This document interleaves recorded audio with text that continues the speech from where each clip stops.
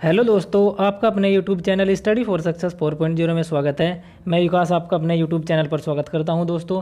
और दोस्तों, आज जो हमारा ग्रुप डी का एग्ज़ाम हुआ है फर्स्ट शिफ्ट का, उसमें किस किस प्रकार से क्वेश्चन पूछे गए हैं और उनसे बनने वाले सभी सवाल हम इस वीडियो में डिस्कस करने वाले हैं। और दोस्तों, अगर आपने अभी तक चैनल को सब्सक्राइब नहीं किया है तो चैनल को सब्सक्राइब कर लीजिएगा और बेल आइकन को भी प्रेस कर लीजिएगा दोस्तों। देखिए दोस्तों, आज की शिफ्ट का पहला सवाल किस प्रकार से पूछा गया था। नेपाल से निकलने वाली नदियाँ कौन सी है। तो दोस्तों, जो हमारा नेपाल देश है वहाँ से कौन कौन सी नदियाँ निकलती है देखिए।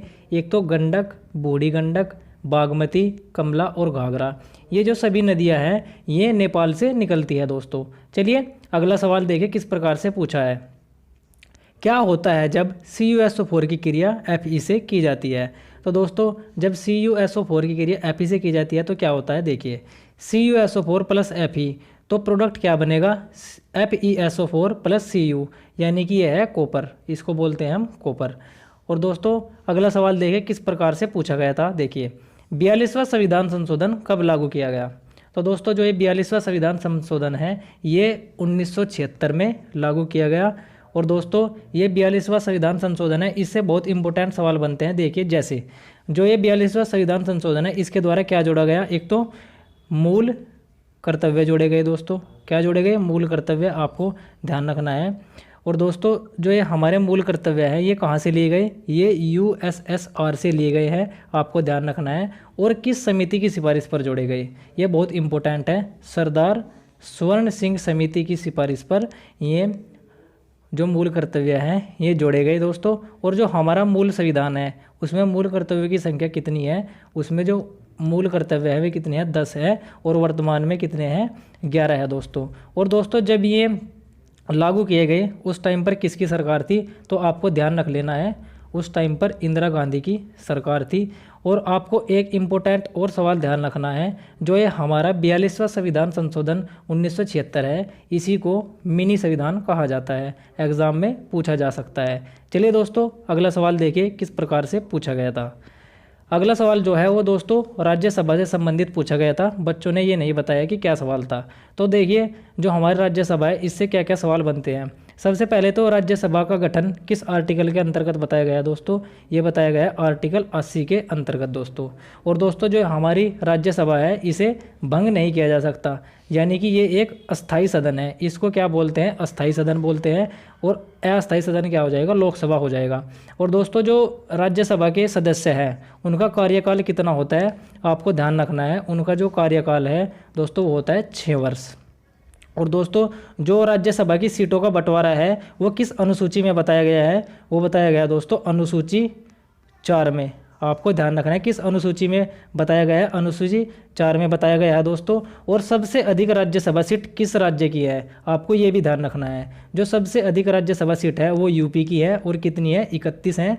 और दोस्तों, जो राज्यसभा का पदेन सभापति होता है उसका आपको पता ही है वो कौन होता है, वो उपराष्ट्रपति जी होते हैं। ये सब जो हमारे राज्यसभा से बनने वाले सवाल थे आपको एग्ज़ाम में याद करके जाने हैं दोस्तों। चलिए अगला सवाल देखिए किस प्रकार से पूछा गया था।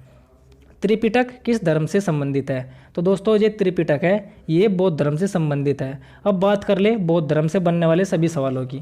तो दोस्तों, जो हमारा बौद्ध धर्म है इसके जो प्रवर्तक है, प्रवर्तक आपको ध्यान रखना है, आप सभी को पता भी है कौन है, महात्मा बुद्ध जी हैं। कौन है, महात्मा बुद्ध जी हैं। और दोस्तों, जो हमारे महात्मा बुद्ध जी हैं इनका जन्म कहाँ हुआ था, अगर आपसे पूछ लिया जाए, इनका जो जन्म है वो हुआ था लुम्बिनी में। कहाँ पर हुआ था दोस्तों, लुम्बिनी में हुआ था।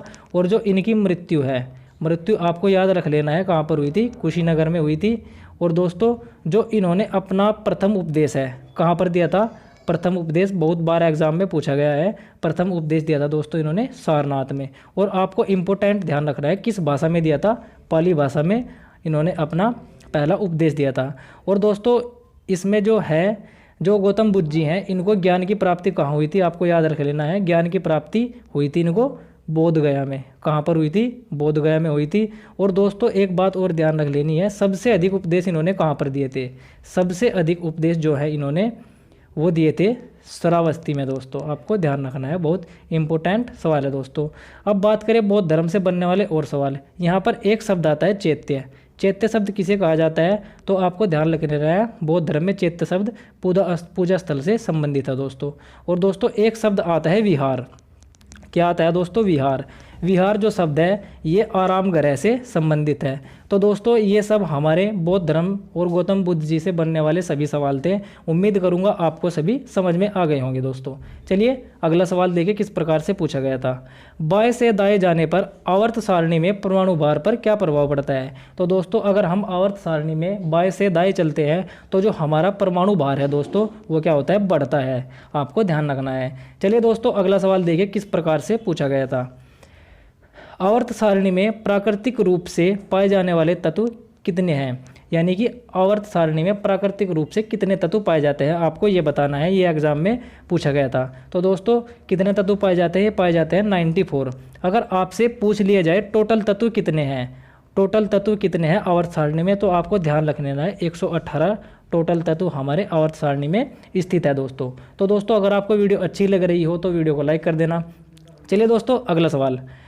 रेल बजट तथा सामान्य बजट को कब एक किया गया।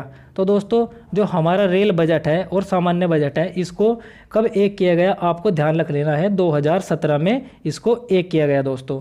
और दोस्तों आपको ध्यान रखना है जो हमारा बजट है इसका संविधान में कोई उल्लेख नहीं है। आपको ध्यान रखना है इसका जो संविधान में नाम है वो क्या है, वार्षिक वित्तीय विवरण। आपको ध्यान रखना है क्या है, वार्षिक वित्तीय विवरण। और दोस्तों जो ये वार्षिक वित्तीय विवरण है ये किस आर्टिकल के अंतर्गत बताया गया है, आपको ध्यान रख लेना है। यह है दोस्तों आर्टिकल 112 में बहुत इंपॉर्टेंट सवाल हो जाता है। चलिए दोस्तों अगला सवाल देखिए किस प्रकार से पूछा गया था। धावन सोडा का रासायनिक सूत्र क्या है। तो दोस्तों जो हमारा धावन सोडा है इसका रासायनिक सूत्र है Na2CO3, इसी को बोलते हैं हम सोडियम कार्बोनेट। और दोस्तों आपको बेकिंग सोडे का जो रासायनिक सूत्र है वो आपको कमेंट बॉक्स में नीचे लिख देना है। चलिए दोस्तों अगला सवाल देखिए किस प्रकार से पूछा गया था। C3H3 क्या है। तो दोस्तों ये जो C3H3 है इसको हम बोलते हैं एल्काइन।